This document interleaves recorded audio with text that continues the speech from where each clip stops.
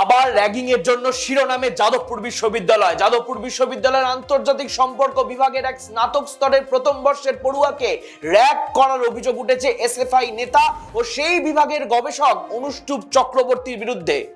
বিশ্ববিদ্যালয়ের র্যাগিং বিরোধী সেলে অভিযোগ জানিয়ে ওই ছাত্র লিখেছে যে তাকে শারীরিক নিগ্রহ করা হয়, চেপে ধরে বসিয়ে রাখা হয় এবং হোস্টেলে ফিরলে দেখে নেওয়ার হুমকি দেওয়া হয়। মনে করুন 2023 সালে এই যাদবপুর বিশ্ববিদ্যালয়ের হোস্টেলেই কিন্তু এক প্রথম বর্ষের ছাত্রকে খুন করেছিল এই বামপন্থী ছাত্ররা।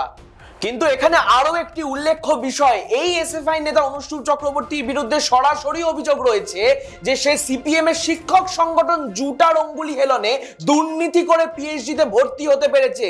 কিন্তু আর কত সাধারণ পরিবারের সন্তানদের এইভাবে র্যাগিং এর শিকার হতে হবে বামপন্থীদের হাতে শুধুমাত্র দেশের অন্যতম শ্রেষ্ঠ একটি বিশ্ববিদ্যালয়ে পড়তে আসার জন্য। এই দিকে নজর রাখবো আমি শুভম গাঙ্গুলি, আর আপনারা দেখতে থাকুন দৃষ্টিভঙ্গি।